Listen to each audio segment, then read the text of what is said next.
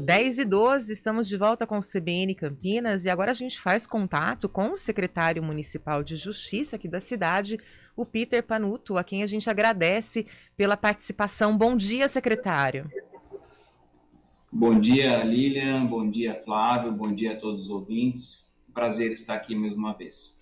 No final da semana passada, houve a publicação do decreto que fala aí sobre as regras, para a retomada dos eventos, agora que existe a liberação de 100% do público. E houve aí algumas dúvidas em relação à exigência daquilo que se chama de passaporte da vacina para alguns eventos, como cinemas, cultos religiosos, até porque alguns desses eventos já estavam acontecendo anteriormente e aí justamente é que ficava a dúvida. Houve uma mudança naquilo que a prefeitura havia dito no decreto, né, secretário? E agora a decisão que, de fato, para esses tipos de locais, a apresentação da comprovação vacinal é facultativa. Não foi bem uma mudança, né? Foi um esclarecimento, porque o decreto ele foi publicado seguindo estritamente uma resolução da Secretaria de Saúde do Estado, que eles colocam nessa resolução eventos gregários, né, de grande aglomeração, que necessitaria do comprovante da vacina ou o exame, né? Como não constou expressamente aí a dispensa da vacina ou do exame para cinemas, teatros, eventos culturais em geral de pequeno porte, eventos que já vinham sendo autorizados já há alguns meses, o Devisa soltou uma nota técnica ainda na sexta-feira esclarecendo que para essas atividades, incluindo igrejas também, atividades religiosas, né, também não há necessidade do comprovante de vacinação. Secretário, um esclarecimento que também ajudou a esclarecer a própria prefeitura, né? Porque na sexta-feira pela manhã ouvimos o prefeito de Campinas, Dário Saad, e ele mesmo não tinha ideia se o passaporte valia ou não para esses segmentos. Flávio, veja, a gente também paga um preço, né, pela forma que o governo do estado vem fazendo, né? Porque não há mais aquelas entrevistas coletivas que haviam antes, os decretos também não são mais publicados no do Estado, são apenas resoluções muito específicas de cada secretaria, né? E nem sempre a gente consegue ter as informações no momento oportuno. Nós tínhamos já um entendimento prévio de que essa resolução não se aplicaria às atividades já autorizadas. Eu tive a oportunidade de acompanhar vocês aí na CBN, acho que na quinta de manhã, e eu concordei com tudo que foi falado, mas nós não tínhamos segurança de soltar essa nota técnica. Aí na sexta-feira nós nos reunimos e o Devisa achou por bem soltar a nota técnica e agora eu entendo que está tudo esclarecido. Secretário, o passaporte da vacinação, então ele não é obrigatório nesses casos, mas acho que vale a gente lembrar que o decreto tem uma série de regras que ainda precisam ser seguidas, incluindo o descumprimento delas, pode inclusive gerar multa. Queria que o senhor falasse sobre quais são essas regras, em que situações e também sobre essa fiscalização que vai acontecer. Pois bem, então o decreto com essa obrigatoriedade, né, do comprovante de vacinação ou o exame, né, de Covid realizado pelo menos com 48 horas antes de antecedência e também a obrigatoriedade de uso de máscaras, caso, né, o organizador descumpra essa exigência, né, não faça essa fiscalização ali quando da realização do evento, o Devisa ele vai fiscalizar e poderá haver multa pelo decreto municipal, inicialmente de R$6.000 e na reincidência R$12.000. E pelo Código Sanitário do Estado de São Paulo, aí a multa ela varia, pode ser de 10 a 10.000 UFESPs, né, Unidade Fiscal do Estado de São Paulo.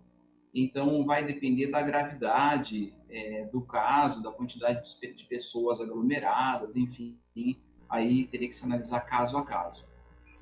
Secretário, mudou alguma coisa para quem quer realizar um grande evento? Por exemplo, a gente já teve um grande evento, que foi neste final de semana, começando na própria sexta-feira, o Degustarte, Mas mudou para que a pessoa que vai buscar fazer um evento em Campinas com esses decretos, com todo esse código sanitário agora?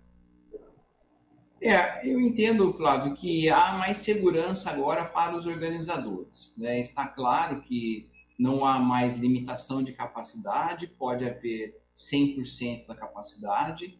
Agora, o organizador, se por um lado ele também tem essa, entre aspas, né, liberdade econômica de realizar um evento com limitação de capacidade, mas ele também assume a responsabilidade pelas punições caso descumpra o decreto e também o Código Sanitário do Estado de São Paulo. Então, eu acho que ele tem uma liberdade, por um lado, ele é organizador, mas assume também a responsabilidade por outro lado. Os eventos incluem também os estádios de futebol. E nesse caso existe ainda, né, a comprovação da vacinação, do esquema completo, ou no caso de uma dose só, né, para quem ainda só tomou a primeira dose, vai ser preciso também levar o teste negativo contra a Covid-19. Exatamente. O decreto ele fala ou o comprovante de vacinação ou o exame, né? Eu queria aproveitar a oportunidade também e fazer um esclarecimento, né? Quando o prefeito Dário Saad disse que não haveria em Campinas esse passaporte da vacina, ele disse que ele não seria mais rígido, Campinas não seria mais rígido que o governo do estado. Então, o prefeito municipal, se quiser, ele poderia estabelecer critérios de passaporte de vacinação para restaurantes e as outras atividades, teatros, enfim, de um modo geral. Mas entendeu-se por bem seguir estritamente a resolução da Secretaria do Estado de São Paulo. Então, não há nenhuma contrariedade quando o prefeito Dário Saad disse que não haveria passaporte de vacina em Campinas. Não há mesmo. Quando a gente fala de passaporte de vacina, é para atividades rotineiras, tem que comprovar a vacinação, como tentou se implementar em Paris e acabou não dando certo, porque realmente na prática é muito difícil lidar com essa situação, né? A gente fala aí do passaporte da vacina, a gente está falando de restrição para pessoas não vacinadas em restaurantes, bares, cafés, hotéis, salões de beleza e cabeleireiros e eventos até com público mais de 25 pessoas. Eu estou colocando as regras que estão começando hoje. Na Áustria, por causa do aumento de casos lá no país, a Áustria faz agora a sua rigidez no passaporte da vacina. Com o entendimento que o senhor tem de Constituição, Peter Panuto, secretário, você acha que esse tipo de coisa seria muito difícil vingar no Brasil? Olha, se você me permite, eu não quero cansar aqui os nossos ouvintes com falas teóricas, mas se você me deu a deixa de falar de Constituição, eu tenho visto, lido e ouvido alguns comentários equivocados com relação a isso, não só no Brasil, mas também em outros países do mundo, né? Quando se fala em obrigatoriedade de vacina, a gente está falando de interesse coletivo, né? Então, a pandemia é mais que evidente, eu não sou sanitarista, mas é mais que evidente que ela foi ou está sendo controlada por conta da vacinação.